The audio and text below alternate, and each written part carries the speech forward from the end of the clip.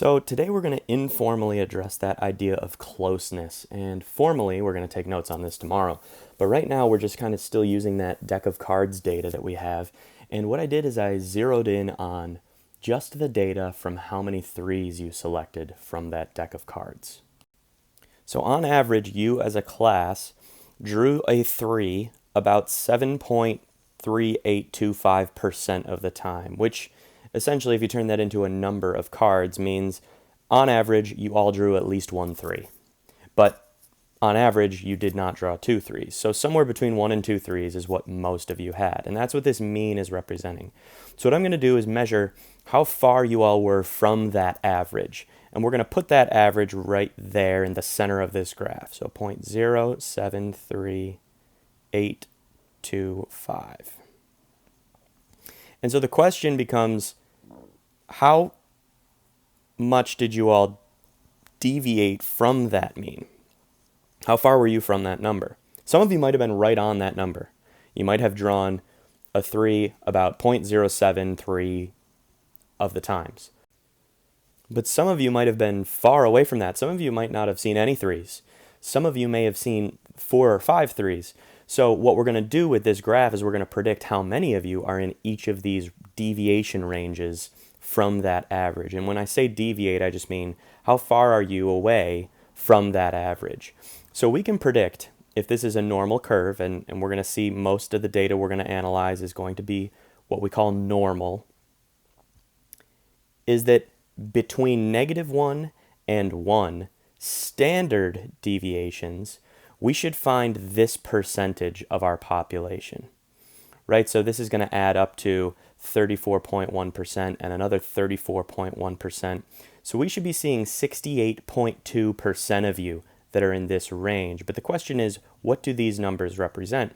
Because if 0 is the mean, then where are these? We've got this other number that we're going to call the standard deviation, and that tells us what the boundaries are for these percentages. And so this is a number that you would not know, but I calculated this, which is something we're going to do in our statistics unit. That standard deviation is about 0.047554. And you're going to see this symbol a lot, but I'm going to represent this with a lowercase sigma. That's going to represent our standard deviation. It's like a little 0 with a hat on it, sort of. So this distance has to be 0.047554. So I'm going to show that I've traveled that far away from the mean. This distance also is going to be that amount, but we're subtracting that amount. So the number that's going to go here in this spot is going to be whatever the mean is plus that standard deviation. So I'm just going to do that addition. I'll do 0.073825 plus 0.047554, and that gives me 0.121379. And so that's the number that goes right here, which is saying that this boundary is marking the edge of that 15%. So we should see this percentage of people with a rate of that many 3s or lower.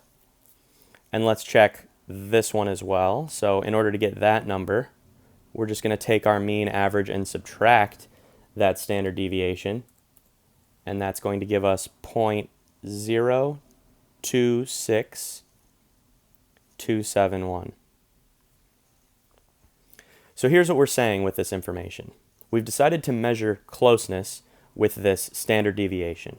That standard deviation is telling us how far away most people are from that mean in our set of data. And you don't need to know where this number came from yet.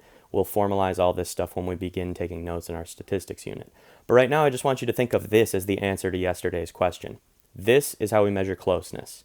So how close are you to this mean average, which is the class average of how many 3s you drew in your 20-card sample? I am predicting that 68.2% of you are in this range, somewhere between 0.026271 and 0.121379 3s. This is the percentage of you that are in that range. Now, some of you didn't draw very many 3s at all, drew less than this. It's going to be a low percentage, but some of you will be out here. Some of you drew more than that and will be up here. And if we want to get even more specific with these percentages, I could just add another standard deviation here, or subtract another standard deviation here, and that would give me another boundary and another percent of people that I would be able to measure. But my prediction is that most of you are in this range. So again, I just want to clarify what it means to be in that range. Let's say, for example, and I'll use black here. Let's say, for example, I was a person who drew 2 3s out of the 20 cards that I drew. That's unusual, but not highly unusual. So if I do 2 divided by 20, that gives me 0.1. Where would 0.10000 put me on this graph? Well, 0.1 is greater than 0.026271. It's also greater than 0.738255, but it's not greater than 0.121379.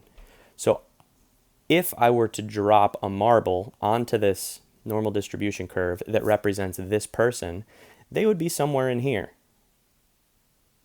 in this range, with most people. What if, for example, we had a person who drew, and I'll use green for this person, 5 3s? That would be absurd, right? You only drew a card 20 times, but you got 5 3s, and we did have some people who had crazy numbers like this. Well, what does this end up being? This is actually 0.250000. So where would this person be? This person would not be in here, because 0.25 is much greater than that boundary that we just set. So let's figure out where that person would be exactly. So I'm going to add another standard deviation to the end there and just start labeling this. So if I were to add another standard deviation, that would be 0.168933. Still, this person will be above that. So I could add another standard deviation plus one more standard deviation. And let's see what that marker would be. That would be 0.216487. This number is still greater than this number. So what does that mean for this person who drew 5 3s on their trials? That means if I drop a marble that represents that person's data into this bell curve, they land out here, which is indicating to me that if I had a large enough sample of people, I would only find 0.1% of the people that are in this range. People who had a higher rate than 0.216487. This is very unusual. So if you're one of these people, you would find yourself way out here.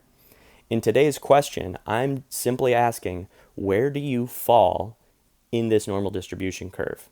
So what you're going to do for you is you're going to calculate this.